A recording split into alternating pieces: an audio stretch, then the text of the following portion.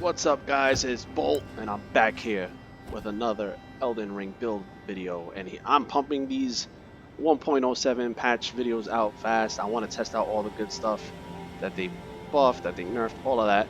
So today's video, we're going to be talking about the ZAMOR sword, probably the worst curve grade sword in the game. I was actually making a build prior to the patch, and this was it, but they buffed my build.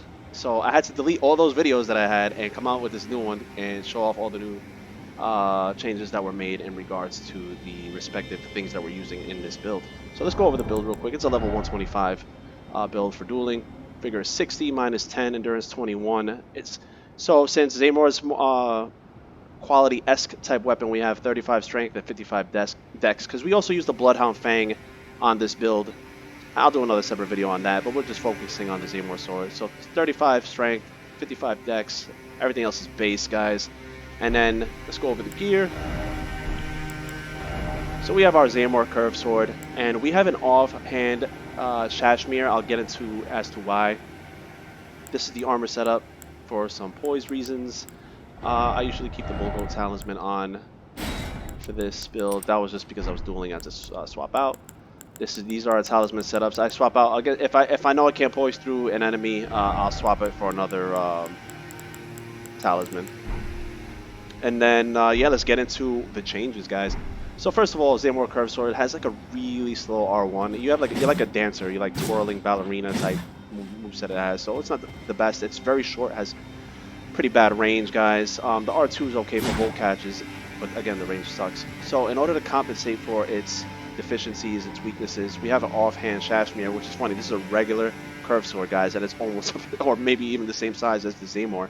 And the cool thing about the Shashmir is that it has the quickest attacks out of all the regular curved swords. So the offhand comes out pretty fast, and offhand attacks come off fast as it is.